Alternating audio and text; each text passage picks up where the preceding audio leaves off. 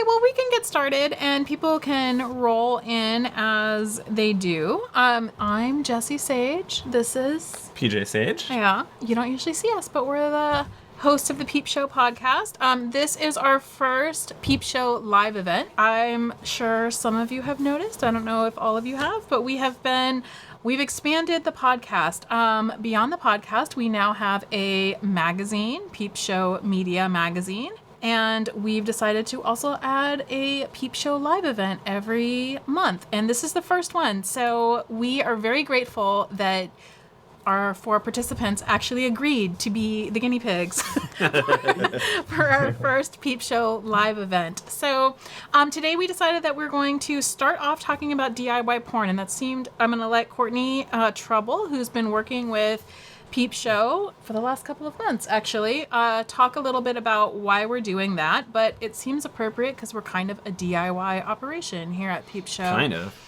Let's look in the background there. Exactly.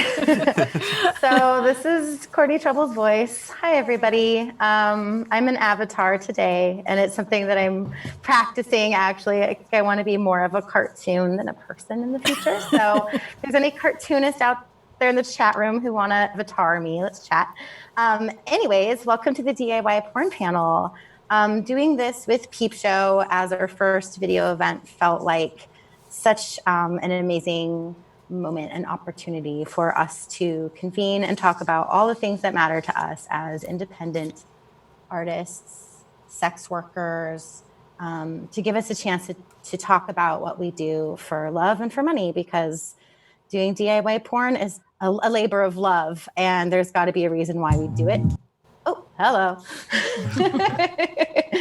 Luckily, this is the DIY porn panel, so if there's any glitches, we can just blame it on the aesthetic. So I come from the DIY subculture, which is like all about zines and mixtapes and punk rock and Riot Girl and activism. You know, a lot of things like flyering and self-publishing started like during the civil rights movement. So like this is an ongoing conversation that has now found us in the digital world.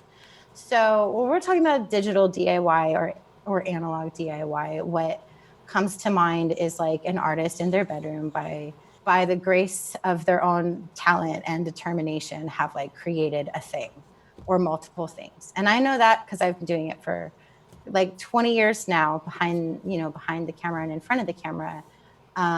But this community is gigantic. And the 4 panelists that we have today are just a sample of like this incredible DIY porn community that is on the internet. So I was hoping that what should we call our guests? That our guests will get to know our panelists intimately, but also to be educated a little bit on the ins and outs of this work we do, which from all social media accounts looks like kind of just fun and easy sometimes.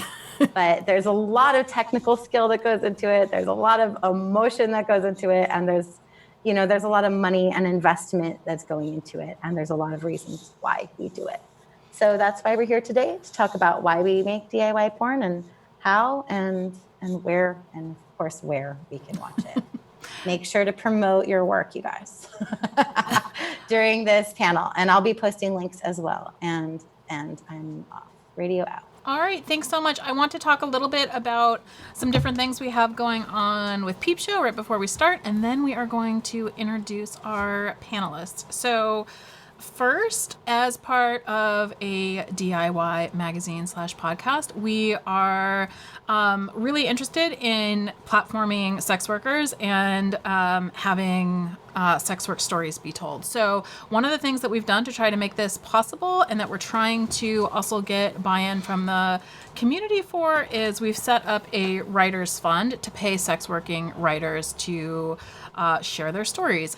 On our website, peepshowmedia.com, if you're interested in helping to fund sex working writers, there is a fund for that. Also, we think that everybody should be paid for their labor. So we also have set up, Courtney's going to put these in the chat, Peepshow Media cash links. So we're going to distribute any contributions today to the panelists. panelists. Is there anything else we want to say before we introduce our panelists? No, I don't think so. Okay. So we have 4 panelists. What we're going to do, so everybody is aware, is I'm going to read their bios, but we're also going to show a clip of their work. So before we start listening to them, you guys get a flavor of what their work looks like and who they are. So our first panelist is Dominique Rystan, who is a dominatrix, a trans woman, and an anarchist activist with 7 years of experience in online sex work. Dominique.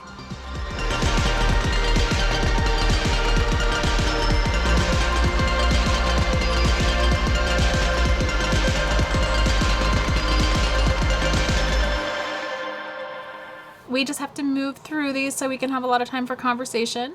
Gwen Adora is next. Gwen Adora's online presence and creative roleplay clips have garnered her a special popularity among fans and models alike. Within her 2 years in the industry, Gwen's been featured in multiple Model Hub and Minivid campaigns and has modeled beyond the industry for mainstream brands like Haley Eliser. How do you pronounce that? Ask Gwen. How do you pronounce that? Ilya Alsacer. Okay. And Adidas. I'm asking him because he's sitting next to me. So let's roll to Gwen's clip. Welcome to Denny's. And for yourself. Scrambled, sunny side up, inseminated. I didn't mean inseminated. Me and my partner have been trying to get pregnant. Scrambled eggs for you. I know I'm not that old, but I could be your mom's age. I had to strike while the waffle iron's hot. I bet you've always wanted to fuck a MILF, right? Virgin, aren't you? Give me a fucking baby. Scramble my fucking eggs, inseminate them for me. We are moving around in a circle here. SpookyFatBrat has been in the industry for 2 years, specializing in roleplay and taboo fetishes. Her work in creating safe spaces for BIPOC and fat people to explore kink and BDSM, and is a firm believer that we should be the porn we want to see in the world because it shapes the way people view sex and sexual health. So let's roll to her clip. I'm not hungry yet.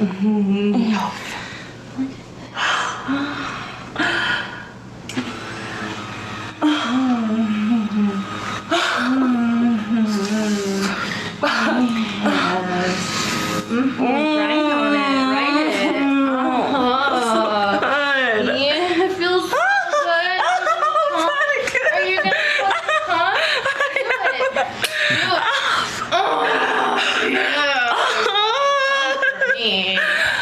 Fucking do it. Don't run away from it. Come back.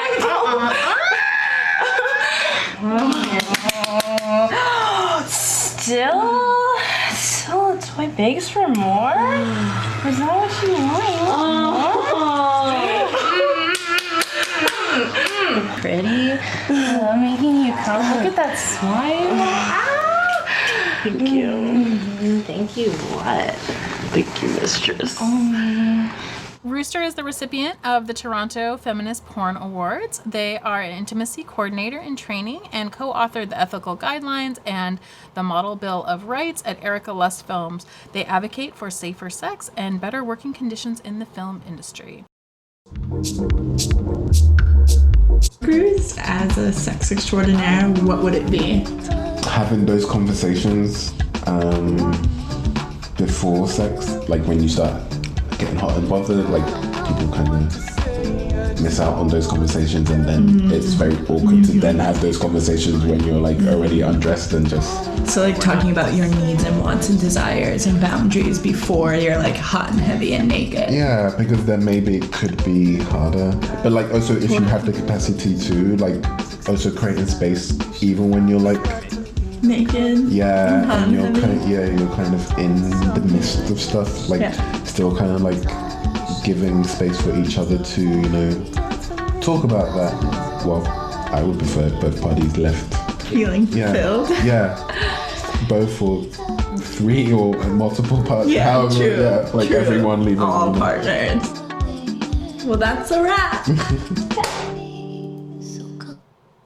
I loved watching all of the clips together because they're all so different, which I think is what one of the beauties of the DIY scene is. So just to get to know all of you, I wanted to go around and have you all just say something brief about the first clip you remember doing, or maybe the one that stands out the most to you from early in your career. So Dominique, we'll start with you. Okay, so I didn't want to talk about the first one because I have no idea. But the one that stands out the most to me is one that I made a couple years ago, I think 2017. It's called Femme for Femme, and it was the first one that I did where I was able to do everything that I wanted to do as a clip producer. I was able to pay the other model up front, which is something I've always wanted to be able to do, which was really great, and set up a royalties plan with them. So I pay them royalties for that, which is something that I think is really cool and I've always wanted to do with my productions. So that really stood out to me as something where, you know, I did everything finally exactly how I always wanted to. Yeah, I think that's really neat. Rooster, what about yours? So I think I have several, but I think one was I was part of this collective called Sluts for Sluts that grew out of sex worker trans house that I was living in, and we wanted to make like DIY porn in London, which didn't have much of a community then. Yeah, it was just a really interesting period of time when we all kind of came together for our first shoot with so many kind of like people part of the queer community who were very interested in, you know, helping out and being part of the collective. I think it ended up from, I think 5 of us living in the house, it ended up being like 15 other folk who kind of joined the collective. And that first scene that we did with all of those people was like really, you know, creating queer kind of like trans sex worker content was really empowering. It's something that always I remember fondly. It's interesting. One of the things that I hear both of you saying is that it's not necessarily about like what you created or the content of what you created, but more about like how you went about creating it and what the relationships with the people that you did it with were and how you set that all up. But I hope we can touch on that a little bit more as we go along. Spooky, what about you? One of my favorite shoots that I've done was with Crash Pad series, and that's what I aim to do. Like when I shoot with other people, it was just very up to me. I got to choose everything.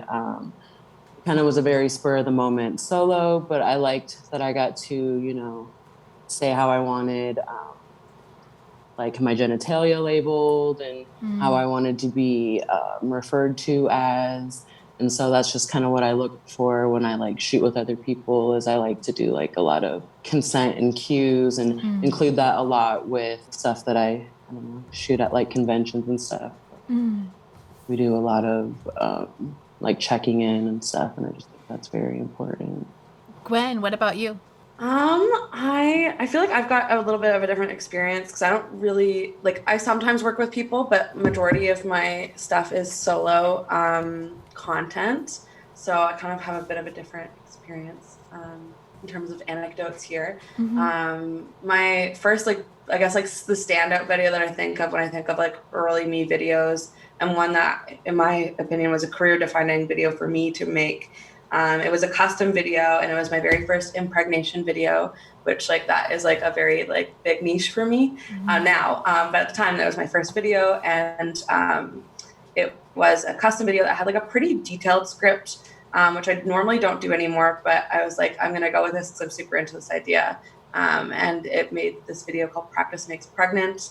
And it became like one of my, like, it's still my most sold video across multiple platforms. And I felt like I was like, oh, I'm personally into this kink, but also like my fans are clearly like very respondent to impregnation. So I'm going to keep going with this. And then that's kind of, yeah, definitely defined my career in that kind of way. And it was super fun because it kind of, it started like majority of my videos now kind of have a structure of where it's like, kind of like a movie where there's like the beginning, like the rising action and like the climax, and it's like kind of works in that 3-story structure. So a lot of my clips, like the customer who commissioned it to me had like it kind of done in like 3 little mini scenes all in one video. And that kind of affected how I currently like plan out my like stories and my role plays. Yeah, I think that's really interesting. When I think about like the work that we've done, one of the things that's been interesting to me is that our best-selling clip was also a custom, and it seemed to tap into not just like that person's fantasy, but like across a lot of, like it spoke to a lot of people. And I think there's something that's like interesting about that sort of collaboration experience that you have with like your customers and your clients that create something that's different than what you would make if they weren't involved in it. I think at least that's been one of my experiences. Yeah, so I want to ask you all how you would define DIY porn, and you can feel free to jump in, unmute yourself and talk too. We don't have to necessarily go around in a circle, but how would you define DIY porn, and what does that look like for you? Is there somebody that wants to go first? I will. Yeah, sure. So to me, DIY is like porn that you make without the backing of a company. So like without a company's financial backing and without any overhead. So you have kind of full creative freedom. But that being said, there is always like customs and things like that. And that, I think that still counts, even though there's financial backing from somebody else and there might not be no overhead. You're still, in the end of the day, in control of it. Yeah, Gwen. Yeah, I would agree with that. It's just porn that you make all by yourself. Not all by yourself, but like, without like kind of like the man, I guess, with the companies telling you exactly what to do and how to look and how to be. For me, because I'm a solo artist primarily, it's definitely like just like from start to finish, being able to like control all aspects of production. So as a solo artist, do you do every part of it from start to finish? So you film it yourself, you perform it yourself, you edit it yourself. Yes. Like I've only recently decided to like start like delegating some like I hired a virtual assistant to like upload some things for me, who I think is here in the chat. But yeah, so like I'm just starting to kind of outsource a bit.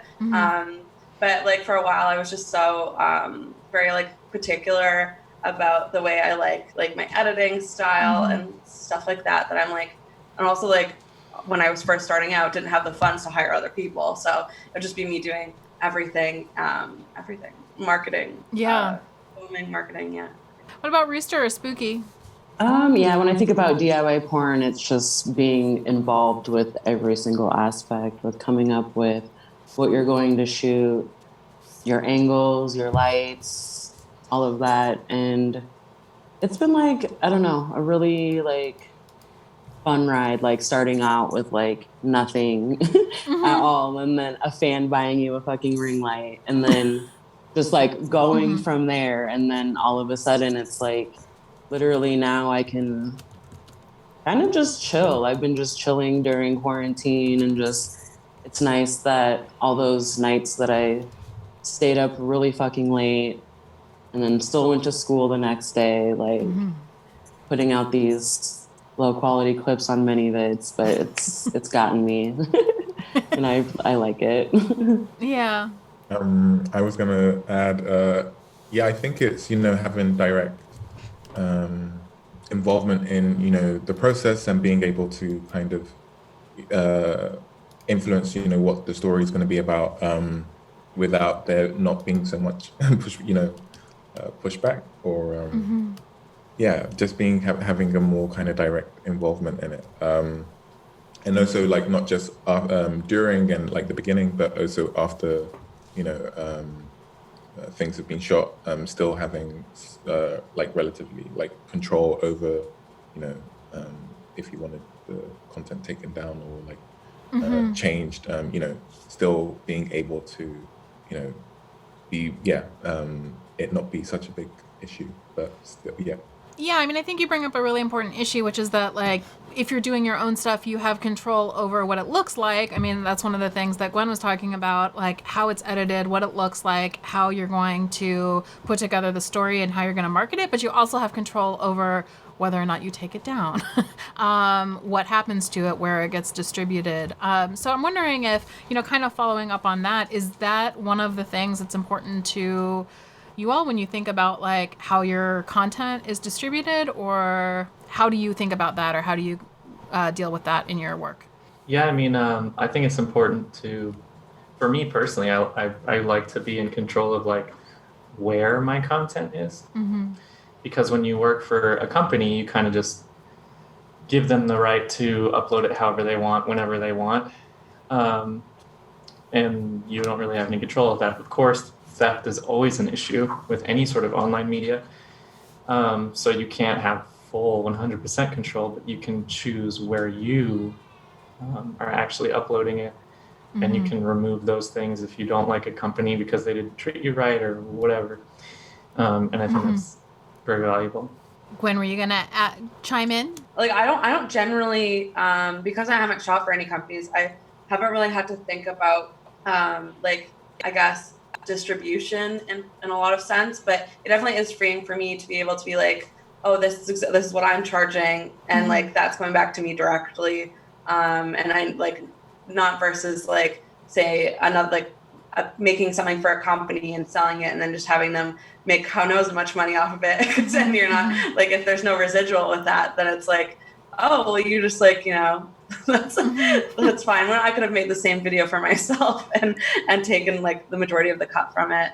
And I actually have a question because like a while ago when I was like, I think it was probably like it was 1 year into working, I had like it was more of like an indie-ish company who I had known shot with like some like fellow performer pals of mine before, but not shot with them, but like ordered basically custom videos from them and then would sell them like under their brand.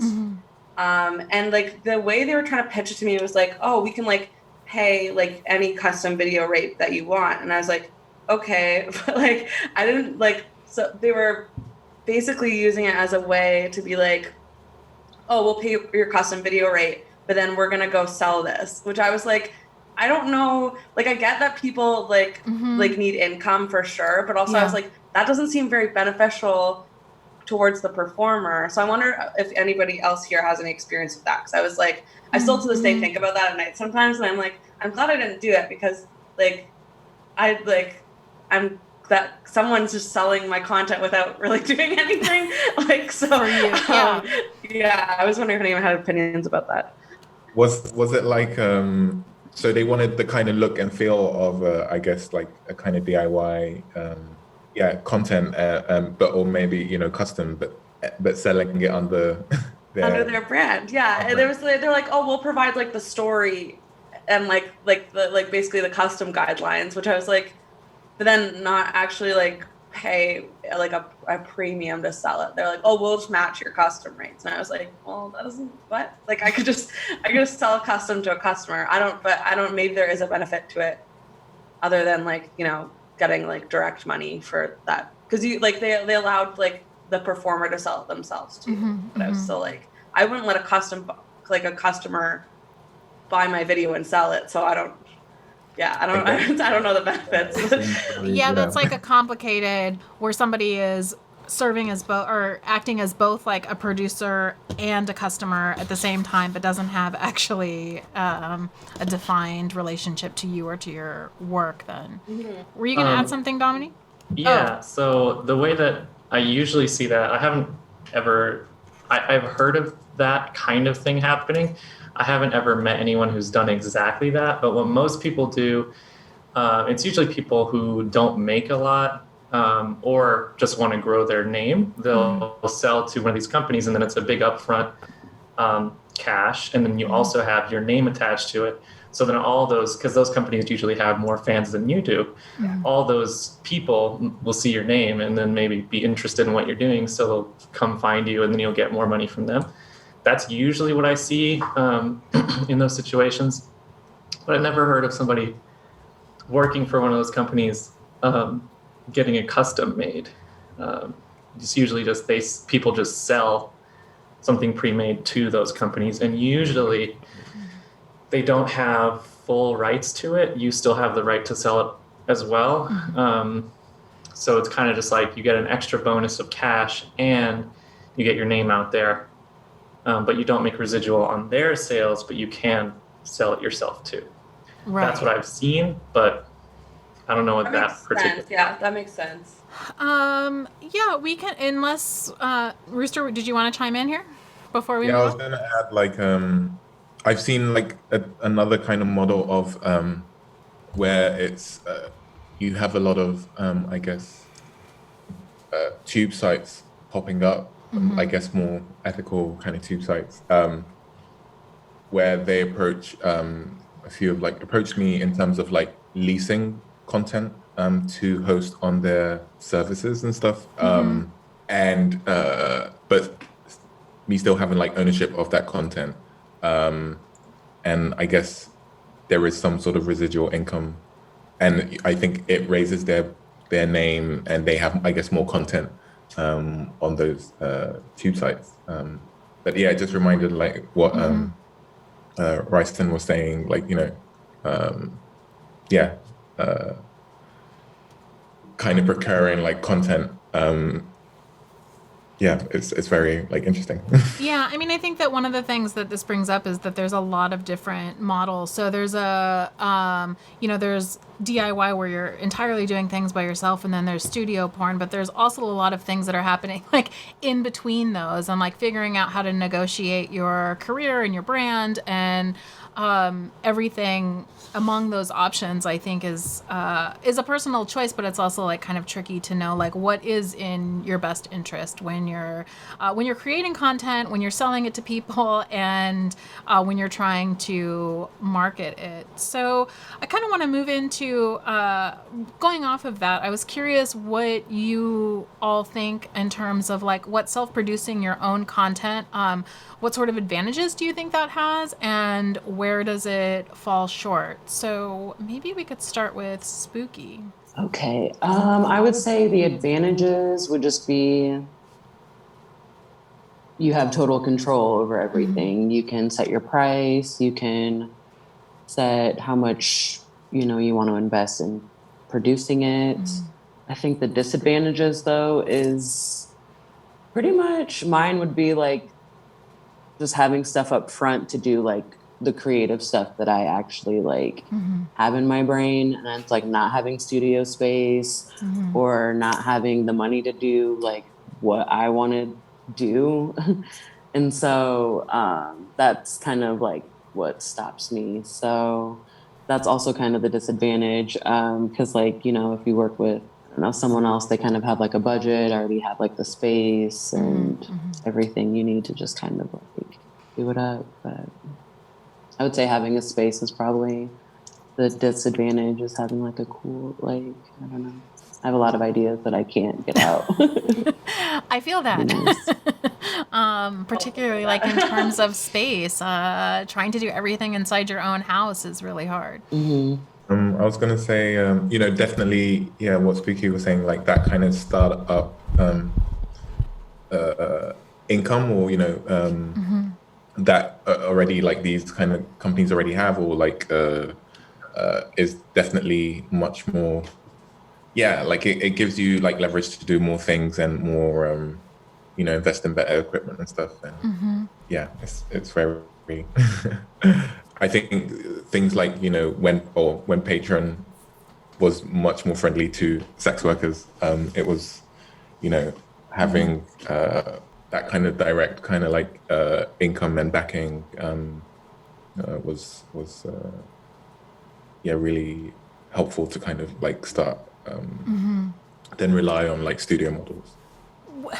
This is kind of piggybacking off of the same question, but I mean, now that we're in the middle of COVID, everybody is kind of forced into doing everything on their own. And I was wondering if you all feel like you were better equipped to deal with that, or if it's bringing its own like sort of sets of challenges. Ooh. I definitely feel like it's beneficial, like comparatively to what I've seen, like say like pro porn performers, like they've had to much like I think bigger adjustment period in terms of like, instead of going into like a studio as a set and just being told what to do and then being like done for the day, packing in and moving on.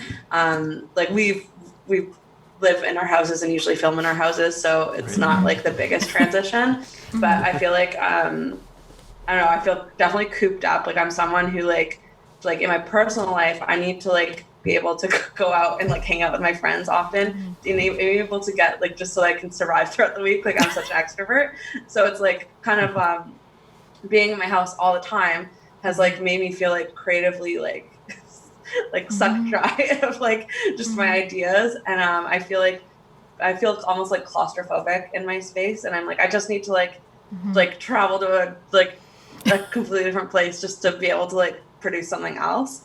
So like I'm trying to I think I'm gonna go like just like locally to like an Airbnb for a bit, just so I have a different space to like make stuff in, because I'm just getting like way too much in my head and in my space right now. I totally feel that way, and I'm not even an extrovert. I'm an introvert, and it feels like that to me. So I don't know like how the extroverts are managing, because I agree with you. There's a way in which I feel like creatively zapped too, that it's hard to like come up with things when you have no external stimulation and like you're inside of the walls of your house like every day and everything looks the same, and it's this weird like liminal space where I feel like everything in the world has changed except that like the day-to-day is so monotonous.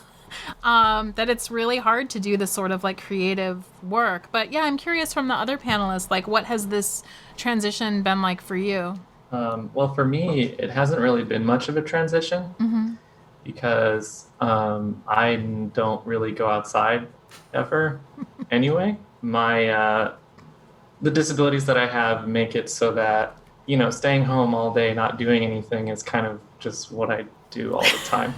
So it's not new. And also, to go back to the original question about, well, first, like the advantages and disadvantages. The advantages are like, I can work within my ability, which is great, which means I don't have to work hardly ever. Disadvantages are, it's for newer people, which touches on the other part. Newer people coming into it, it's really high effort for really low return. And that's what a lot of sex workers are having trouble with right now with COVID, is all these strippers and full service workers are having to now like start an OnlyFans or do clip sales or whatever, and like, or camming. Oh my God, like bottom of the barrel as far as like starting out. So they're going from like making like rent in a night to having to work 6 hours a day and maybe making $100 like when they're first starting out. So I think that's a big advantage that we have for having names for ourselves already, is that we already have income from this. I mean, I can only speak for myself, but my income has only increased since the start. Yeah, I feel like it really hasn't been much of a change. I just miss like the conventions. That's pretty much what I look forward to, is seeing like all my hoe friends and like making content. And other than that, I just like the same. I feel like my money's actually increased, which I like. It's been a lot easier. But also I'm a parent, so that kind of sucks with trying to be like a teacher, a mom, sneaking in pictures and promotion and all that stuff. Like, I have been zapped of like all my energy, so it's also hard with like the privacy issue when you have kids in the house. Like, you do have to like sneak around where like they used to go outside of the house.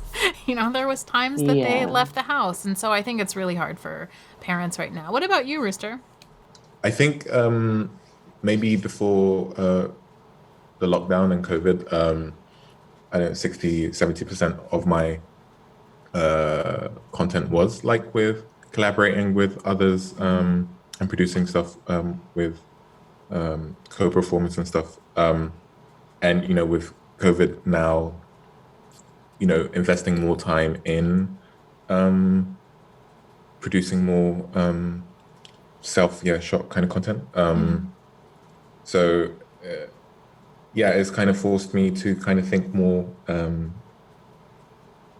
outside the box, like diversify what kind of content that I shoot. But it's definitely been interesting. Like, I think being introverted as well, like it's definitely not been, there's not been a big change in terms of staying at home. But in terms of work, like, having to think like spitball like ideas or for like solo kind of content. So what does a typical day look like for you all? Do you have a typical day? Do you kind of wait for ideas or for custom orders, or how do you normally organize your production? So typical day for me is just being in bed all day, but a typical work day. I get up kind of early, I do my makeup, and then I'll usually do photo shooting for like 2 hours, because most of my money now is just pictures. And occasionally I'll make a short clip, and I'll just work for 2 hours, and then I'll edit that all. If I want to do promo that day, I'll do promo that day. Otherwise, I'll save it for the next morning, because I find that advertising in the morning is best for me. That's it. What about you, Gwen? I'm all over the place sometimes. But if I'm doing a shoot day specifically, makeup. Usually I try to wake up early. Sometimes it doesn't happen. But whenever I wake up, makeup, get ready. Usually like pictures. And then what I've been doing is I plan my OnlyFans content.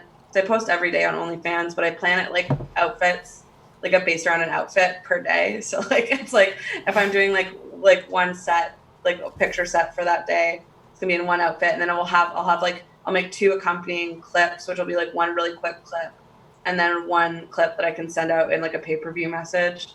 So usually I'll do that in kind of like bundles. So when I shoot it, it's always take the pictures, take a quick clip, take a little bit longer of a quick clip, and then I usually try to do film a bigger video when I have my makeup done too, because it's I'd rather just get it all out of the way in kind of one nice looking day. And I usually film at night. I was just saying that in the chat, because I have housemates who aren't industry people, so I usually film at night to work with that. And I'm a night owl in terms of the way I work like that.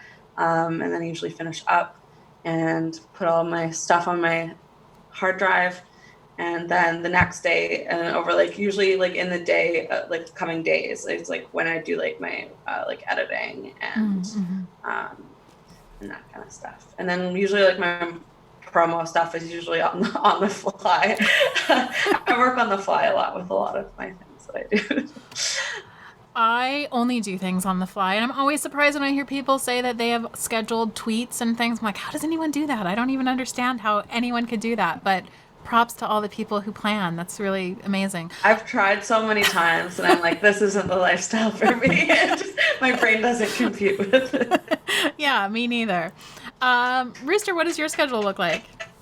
I'm getting so much more into scheduled kind of posts now, because before it was a mess, as in, only get into editing when I get to editing, get into posting content when I get to it, and then it wasn't working.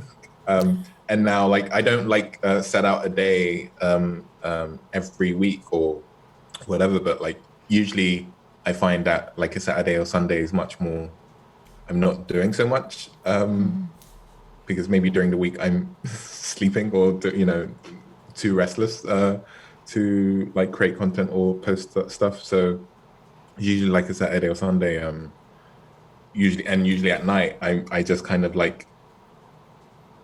content that I have, I just kind of schedule it to be posted throughout the week, and maybe even into 2 weeks, but mostly it's just 5 days, because I can't it gets a bit too much, and then I don't have to kind of deal with it, but then that means that I don't kind of open up OnlyFans, or I don't open up many vids and stuff like that to kind of check contents or custom requests, and so yeah, I kind of just leave it, and then it's done, and I lag behind with catching up with messages or requests and stuff like that. So I'm still trying to figure out a better way. Yeah, I feel you. What does your day look like, Spooky?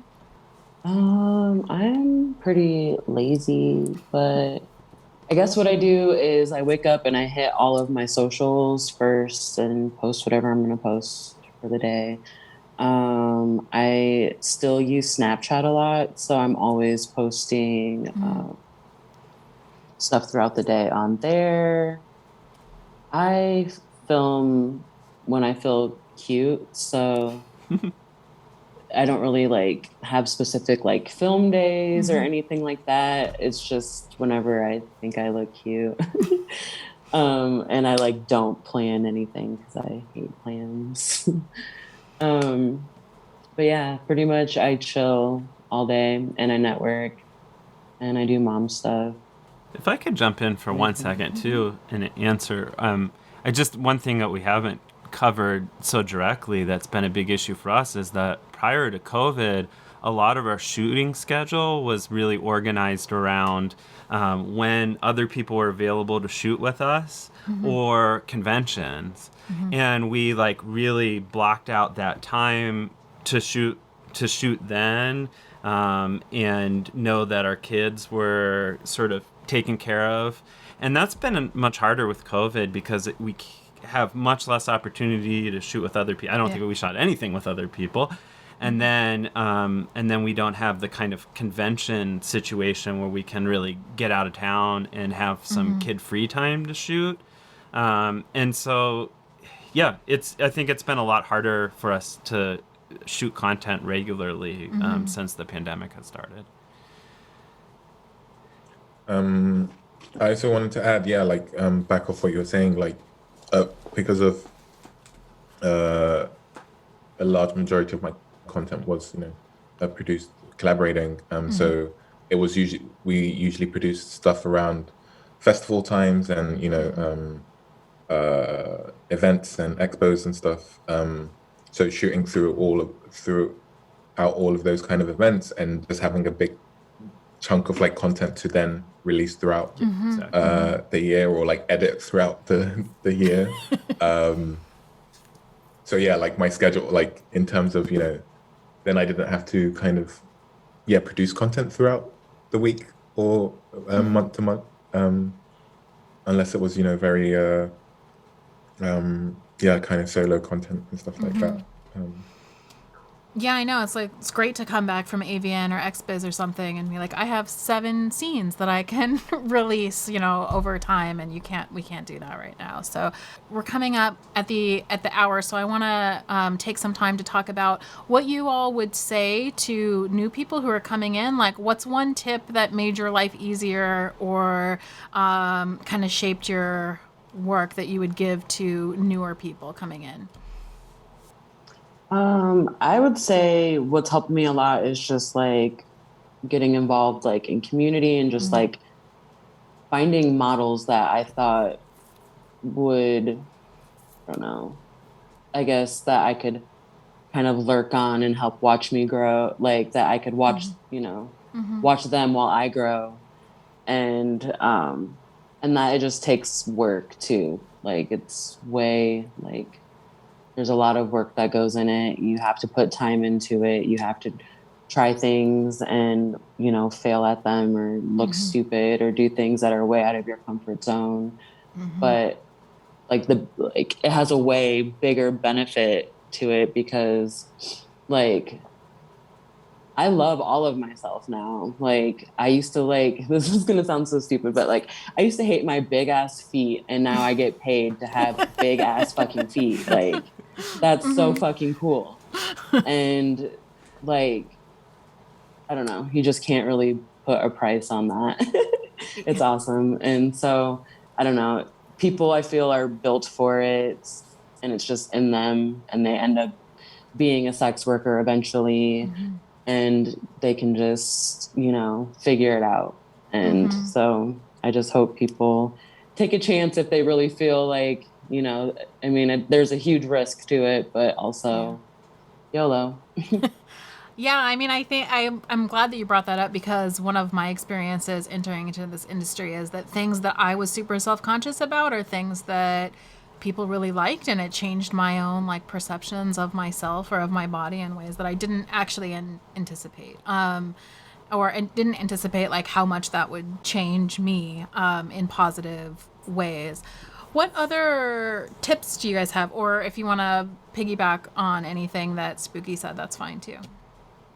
Yeah, definitely trying stuff out is really important. And I think that like for me, that was a pivotal thing in terms content wise, like trying different genres, trying different niches, trying different fetishes, and mixing them all up to see kind of what is going to stick for you and like your brand. And because obviously like when you first start out, you're like, I don't know what to do. Like, so you're just like, oh, I'll usually like lean into what I'm interested in, which is what I started out doing. But then I was like, oh, this isn't working for me, creating submissive content. And then I was like, you know what, maybe I should try some dom content, which was like, that sells a lot better for me for whatever reason, which I'm happy with. I love it now.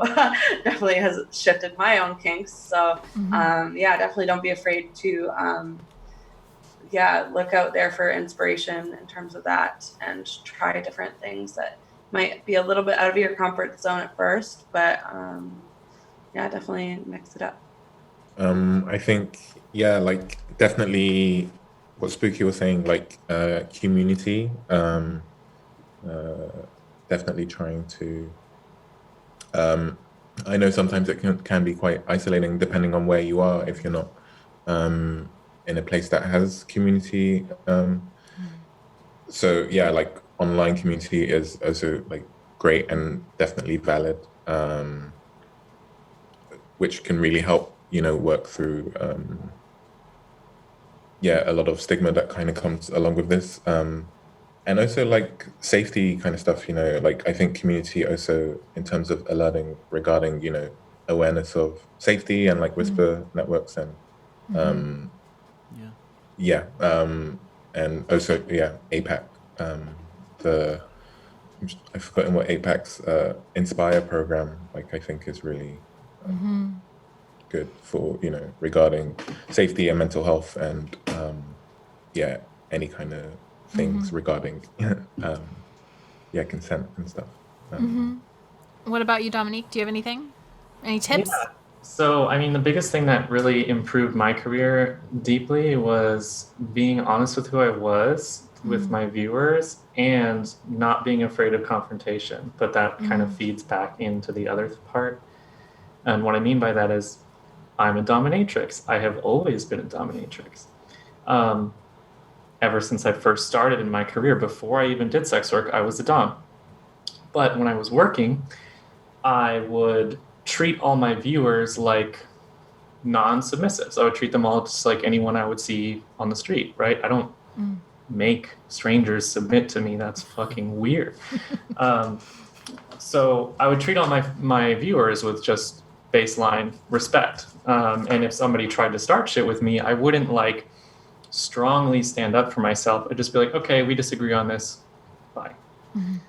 Now, if someone starts shit with me, I ruin their day.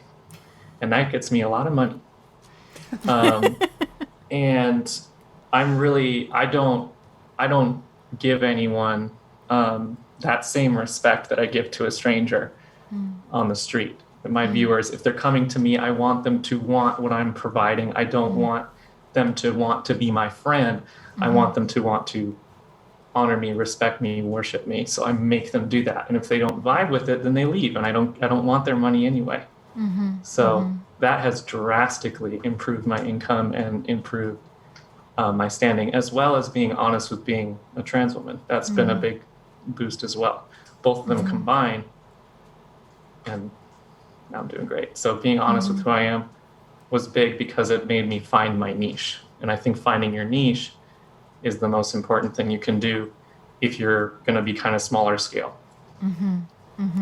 I want to remind everyone really quickly that if you contribute to Peepshow Media, we can use it to pay the panelists. So please donate and contribute. And thank you to everybody who's already done that. That's so awesome. Yeah. You don't have to do it twice, but you can.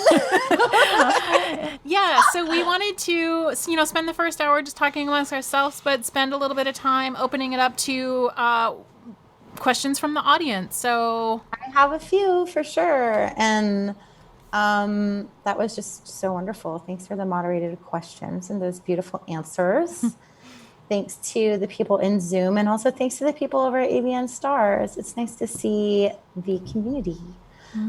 So yeah, hi Raul. It's nice to see some familiar faces in the room too. I know a lot of people in the chat room are actually people who are DIY porn makers, and I'm really excited that they got to hear from some super successful people. So here's the first question. I have a question. It's about, how do you find your niche while being a solo model? And maybe Gwen? Let's start. Okay.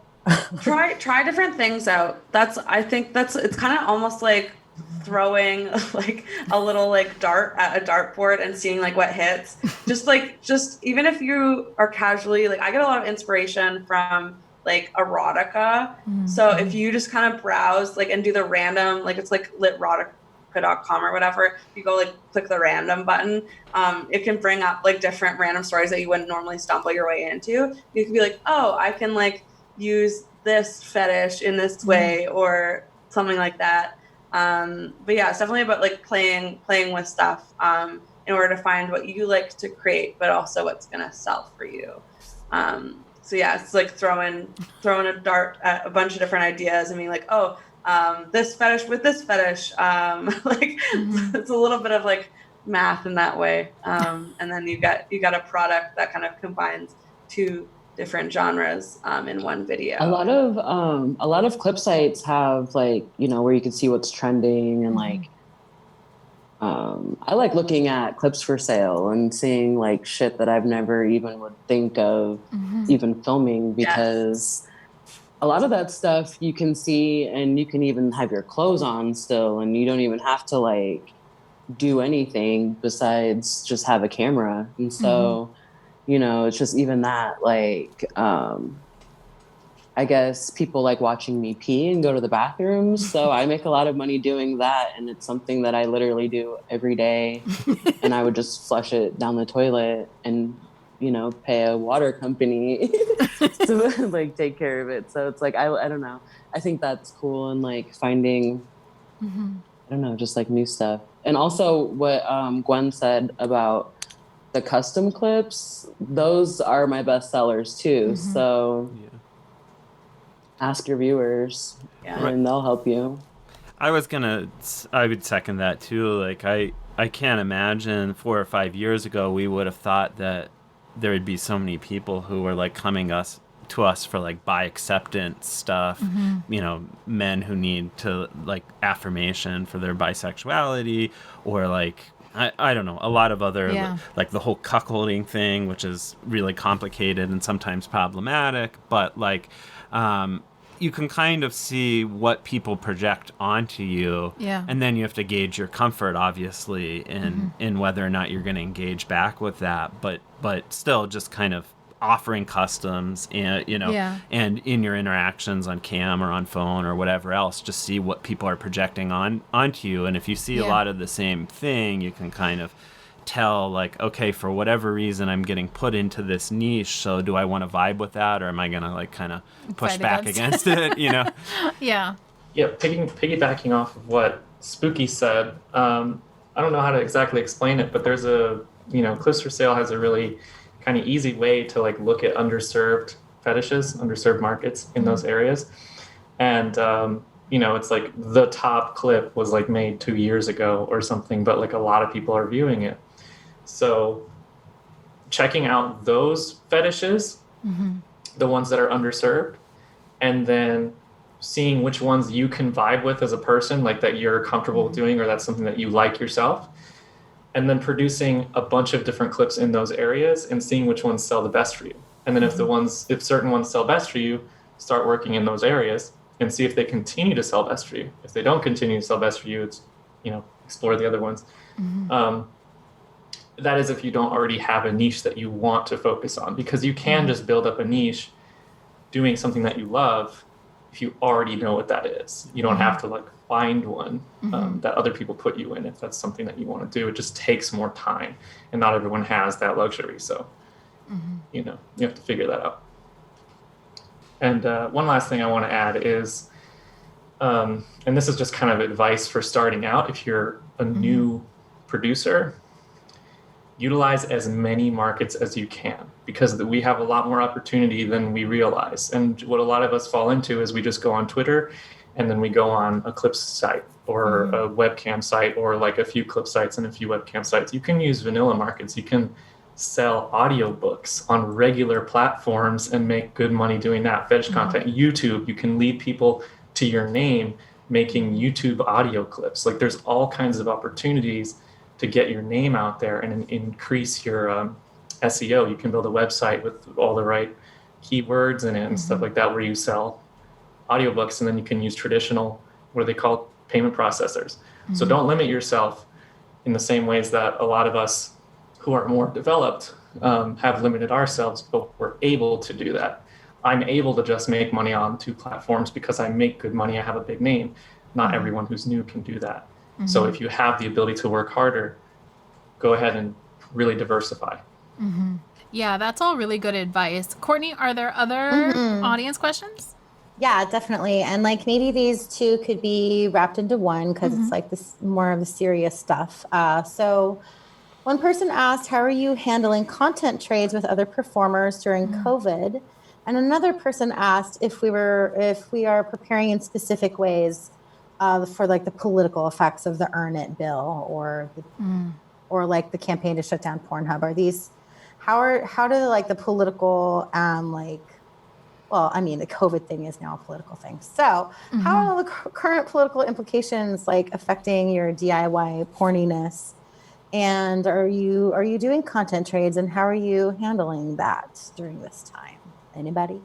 I recently have worked with people, and I just made sure, you know, like, I mean, I did like take a risk. Obviously, I know that there was a risk, but, you know, we did like the COVID testing, and I just tried to make sure that they, like, I know that I don't go anywhere besides Costco and home. So like, I tried to, you know, shoot with people that I hope, you know, wouldn't lie to me about that. And I mean, it worked out pretty well.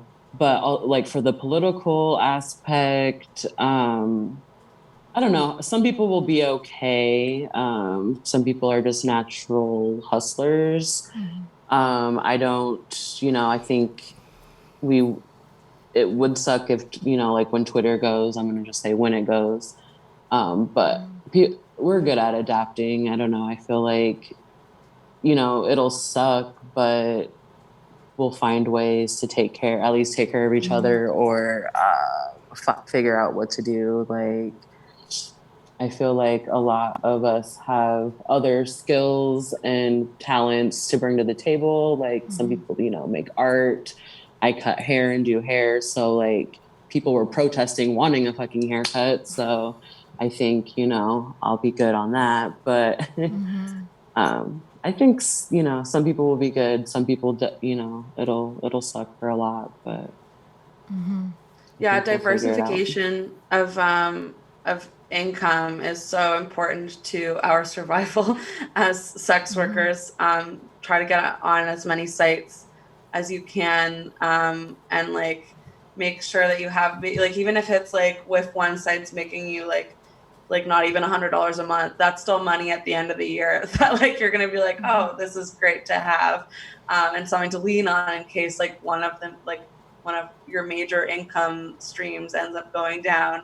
At least you'll have like a network of other things to rely upon. And yeah, that's exactly what you were saying with like having like other like things that you can, you know, like just like you were saying, like with hair stuff and like art, like always have something else to be able to lean on a bit, whether that's an income stream or a completely different side hustle. I feel, this is Courtney. I'll wrap it up and say like it was my personal choice, like as a company owner, not to shoot or take any shot work right now. But like I also have this privilege of having like such a stockpile of stuff to work on, that I'm not even really feeling like the interest in performing solo stuff right now. So I just feel like I'm on hold. I don't feel like a porn star at the moment. I feel like I've completely shifted to like putting out my classic scenes and like, you know, being more of a friend to my paying subscribers, which is really interesting, I guess. Things have gotten a little more friendly. And like Dominique was saying, a lot more of my work revolves around like photos now. Like, so like a lot of where my money is coming from is just posting selfies on OnlyFans. I assume I'll start shooting again, but it's also been such a wake up call that I'm almost like, I was planning on transitioning a little bit in my 40s, and like it's 2 years early, but like COVID's right now. So I don't know, maybe I'll come back on camera as a boy. We'll see. It's really opened up a lot of, it's really opened a lot of questions up for me. It's like, okay, if I'm going to come back, how am I going to come back? Maybe now is the time to take that break. And the Earn It stuff, I still need to be schooled on Earn It. So if anybody wants to DM me like all the scare factors of Earn It, like I'm here to read it, because like I'll resonate with what Spooky said. I'm just like, we are hustlers. We are sex workers. We're not really used to being on Main Street. So when we are on Main Street, it's kind of like, well, I'll be here as long as they'll let me be here. That's how I was saying Spooky's Instagram is amazing, because I see like crotch. I see like camel toe or something, you know, like I see like ass on Instagram and feet on Instagram. And I'm like, how are people getting away with this? So not to like bounce the question back, I guess. But Spooky, how do you get I archive a lot of stuff. Like I'll post stuff and leave it up for a couple days so that it's like risky. Plus right now it's COVID. So like there's less people moderating the flag. Yeah, you could get away with a lot of stuff. They're starting to come back though, because some of my stuff has been removed. But it seems I'm just like, fuck it. I don't really care. Like it would suck if my Instagram went away, but like I went so long with not even having it. So yeah, so that's always I always kind of like your attitude around social media and like getting kicked off with things is exactly what I want people to take home from a DIY porn panel is like, who cares if they get rid of Tumblr? You will just go somewhere else. Like when you start out in porn, a really good thing to do is just hop into chat rooms, go to events like this, you know, in the modern era, go to seminars, you know, like I used to just go into like AOL chat rooms back in the day, or like Yahoo Messenger, and find customers that way. So there's always going to be a way to find customers. And there's always going to be a way to do sex work. So like, I think about that with COVID and Earn It too, is like, you can just switch to doing foot photos for a while. We can adapt. I saw somebody the other day on Twitter talking about selling OnlyFans on Craigslist, and I was like, why didn't I think of that?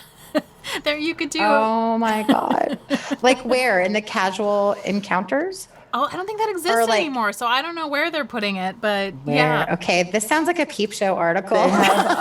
They still have the misconnections. Right. And so I stumbled across it, and there are people who they word it kind of different. So, I mean, if you are a buyer or a seller, you're going to find out. And so it's not something that I really messed with around here locally, but I still see people slinging panties on there.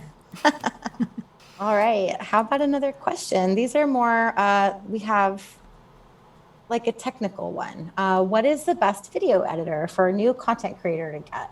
Maybe we can find something that's no budget, low budget, and like dream budget. So does anybody use iMovie? Or, okay, cool. Does anybody use Premiere? I love this. Does anybody use Final Cut Pro? What, Windows Movie Maker? iPhone? What is FC? Oh, Final Cut Pro. Okay, cool. So does anybody want to speak to like what the costs are for you for video editing, or like labor, and like what to think about for people who are just starting out making porn? So for me, I've used a lot of different editors in my day. I studied in school filmmaking, so I studied editing for a little while. So I've used a lot of different editors over the years, especially like when I was using, because I started on Mac, so I started Final Cut Pro. That's what I used for many years, but then my Mac broke. So I had to use my PC, which is a Windows PC. And on my Windows PC, I just looked around. There's a lot of free editors, and I just messed around with different free ones. I think there's one called Hit Film Express. I used that one for a little while. I edited the entirety of my Femme for Femme video on Hit Film. So it works. And it's free. And then eventually I got Adobe. The one of the beneficial things for Adobe, which is also a detriment, is you can pay monthly. So you can just have a subscription rather than having to do a big upfront spend. You can just spend like $20-something, and you can like commit to a year at $20-something, or if you don't want to commit to a year, it's $30-something. And that's what I did. I just was paying $30-something a month for just Premiere. So if you're making a little bit of money doing sex work and you want a more professional editor, Premiere is an option for that. If you're on Windows or Mac.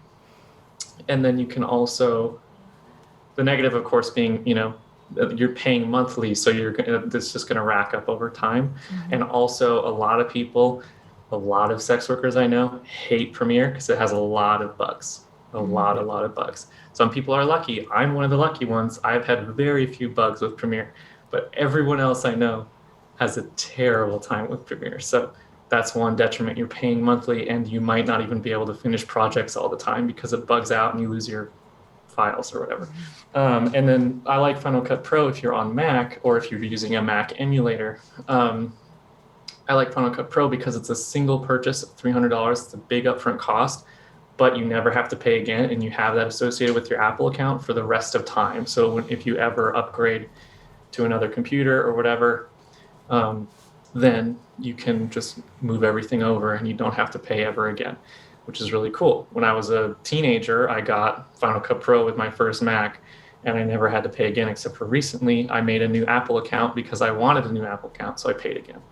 But I didn't have to do that. So that's a cool thing about Final Cut Pro if you do want to end up paying for something. But there's a lot of other options. There's like Vegas Pro or whatever, and there's a lot of things. There's so many free ones. There's like adaptations of Windows Movie Maker, because Windows Movie Maker doesn't come with Windows machines anymore, that work very similarly. So you can, if you ever did that when you were younger, you can just do that again.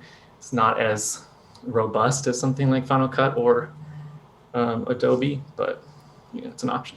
That was a really good explanation. Does anybody have like any like sidebars or asterisks for that? When I was in like the first year of being in the industry, I filmed everything on my phone and I edited everything on my phone because my computer was not good for holding Premiere at the time. So I was using the app InShot, which I still sometimes use for some like smaller projects and smaller editing things I need to do on my phone. InShot, and it's free, and you can just film and edit on your phone if you want to. Yeah, I mean, I would second that. Finding a phone editor, especially for OnlyFans. I mean, a lot of the expectation is so much lower. In fact, I think the expectation is that things are really kind of rough and raw. And so you don't always have to worry about like really carefully editing things for OnlyFans. Everybody kind of wants it to feel a little bit behind the scenes, which is great. One thing to think about, if you have any connection to anybody who is in like a university or some sort of school, I have personally been in school for a really long time, and so that we get Adobe for free because I'm paying a disgusting amount in tuition. But often, if you just know anybody, people may have like free access to or really reduced price access to Adobe or other programs just because they happen to be in school somewhere. Yeah. So that's something to think about. If you might be able to even hit up a friend for that. The one final thing too is I also have found Premiere to sometimes be buggy, though I don't know, when you're editing big files, almost any program can get buggy. The reason we use Premiere, apart from the fact that I get it for really cheap, is we also use Audition all the time for podcast editing and stuff. And Audition, which is the audio editor for Adobe, is amazing. It's like a amazing program, and it integrates really nicely with Premiere. But Premiere is sort of, it could be better. But if you're really doing a lot of audio heavy stuff, then I would strongly encourage considering Premiere, because it integrates so well with Audition, which is just a fucking amazing program. I pay a monthly price for the full creative the Adobe Creative Suite, and I deduct it out of my taxes at the end of the year, which is probably a whole other seminar to have. But for me, the $30 a month is worth it, because as I run a company, it's a very small price to pay for having literally everything. Like, they have Illustrator. I use Lightroom for batch editing all of my photo sets. Yes. And then Photoshop, and you can add logos on Lightroom. So like, when I posted the pictures of Spooky on NoFo and Trouble Films, like I edited it all in Lightroom and like put the little like logo on through Lightroom and then post it through WordPress, which is like a really simple workflow for me. So like, I don't know how I would do that if it was like Final Cut Pro and like iPhoto, because iPhoto is awful. I can't handle it. But yeah, thanks everybody. I have one last question, and well, it's a mixture of the two again, but this is kind of a good way to like round this out and give like a final treat to all of our newbies in the chat room. So why don't we go around and if you want to say how old you were when you first started doing sex work, you can. This person lives with their family and is 21 and is wondering if it's too late to start doing sex work at the age of 21. They want to do it when they move out. So let's talk about how old we were when we started, how old we are now. And also let's talk about tips for building up confidence, because it's something we all struggle with. So maybe if we can talk about, how old we were when we started, how old we are now, and, like how we end up building confidence. For me, let's say I was 18 when I started doing phone sex. I won't speak to when I started doing sex work because it's been a lifelong thing. But I found that taking self-portraits of myself when I was 18 or 19 really helped me with my self-confidence. And that's when I started getting to the point where I was like, oh, maybe I'll sell these and become an online sex worker. So for me, it actually started out as a confidence building exercise. I'm taking these naked pictures of myself way before video. This is 2001, even maybe earlier, 1999, let's say. So for me, it was absolutely about building my confidence through like art and photos, and then getting, these reflections of myself from like fat femme or like genderqueer fans is what really motivated me to like take it a step further and start selling my nudes. When I started finding queer community and just being like, oh my God, this is fun. We are naked on the internet. Like, that's when I started feeling almost braggadociously like in love with myself and my body, and like, that sexual capital just started to grow and blossom. And like at some point you like have to start keeping it in check, right? Like you get to a point where you're almost too confident. So the confidence comes with the making. If you're trying to make porn and you don't feel sexy doing it, you're either doing it wrong or maybe you're not cut out for it. I think everyone's cut out for it. So I'm going to go with you're not doing the right thing yet and try something new. And, I think that maybe like the confidence definitely comes from the creation. I just wanted to chime in real quick and say that I was 36 and I'm 42 now. So you are definitely not too old. Same. I mean, I was younger, I don't know, 28, 29, probably when I started camming, trying to make money camming. And, I'm 36 now. I think so. Yeah. I was born in 1984, whatever that. I was 30 when I started, and I'm 32 now. And honestly, I knew like I wanted to do it for a long time, but I met someone who was shooting porn and I was doing like pictures for them. And like literally after she left that night, I like made a My Free Cams account and like made a Snapchat and like posted a picture on Twitter with like, I don't even know what hashtag I use, but someone bought my Snapchat like the first day and I was like, bam, we're in this. Yeah, the confidence. I think just knowing that, I mean, this is going to sound like there's someone out there for everyone. So even if you're not even putting out like what you think is the best work, someone will probably still buy it. And it's still like, it still makes you feel good. So I don't know, just trying to like, I guess like fake it till you make it. You'll be okay. Like if it's something you want to do, you'll find your confidence with what you're doing if you push. So I started online sex work at 18. I'm 25 now. I will say it's never too late to start, but it's always too late to stop. As soon as you start doing online sex work, you are online forever for the rest of your life. You cannot control that. And that will completely ruin a lot of potential opportunities for you in the future. So if it's not something you're sure that you want to do, online sex work that is, then like, unless you have to do it, maybe reconsider and think about finding another online hustle, if that's all you can do. But that being said, it is the most lucrative online hustle other than like drop shipping or some shit. And what was the rest of the question? I am cracking up over here. How do you build up your confidence? How do you build up your confidence? Like as a new performer, how do you like get your little like, and maybe we can speak to performativity a little bit because like some of us are doing this like strictly as a job and some of us are doing this because we want to be burlesque stars someday, you know, like, and I'm sure it's a mix of all of that for all of us, but you know, does anybody want to speak to performativity?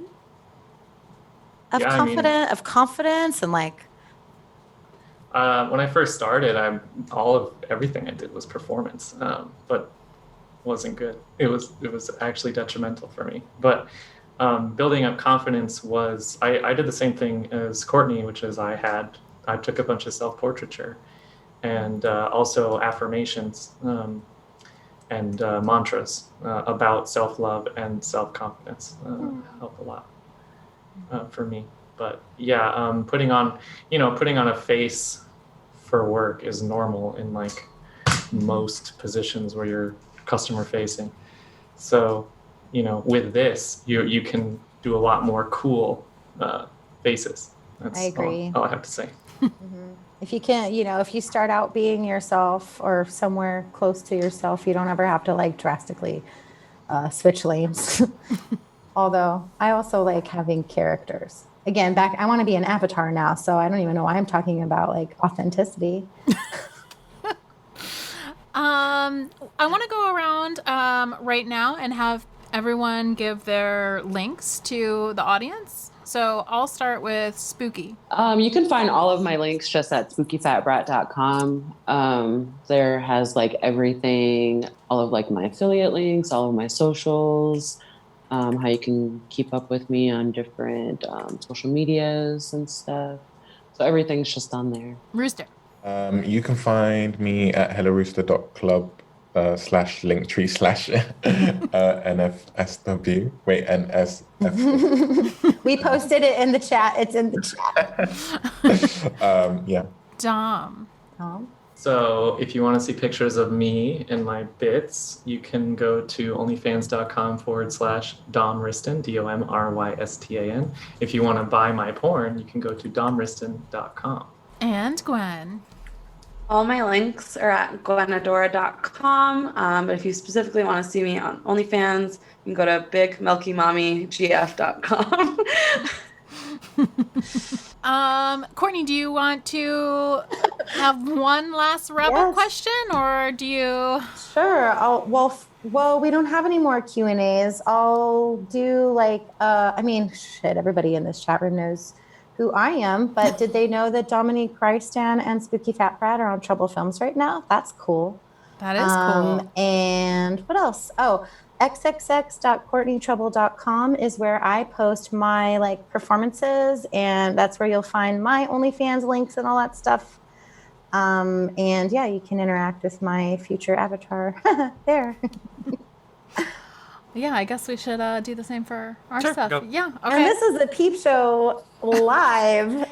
This is Peep Show Live. So when we're not podcasting, you can find me on OnlyFans/sapiotextual, on Sex Panther at sexpanther.jessie.sage, on Night Flirt with some ridiculous thing. You just have to search me. Minivids, jessiesage.minivids.com. You have a link thing in your on Twitter.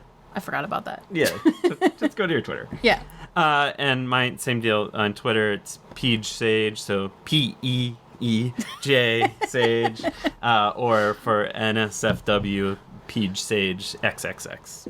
Yeah, sounds Twitter. good. Well, thank you everyone for joining us. It was really nice to have you all on our very first Peep Show Live. We really appreciate the panelists who decided to take this leap with us. Thank you so much, you guys. This was so informative.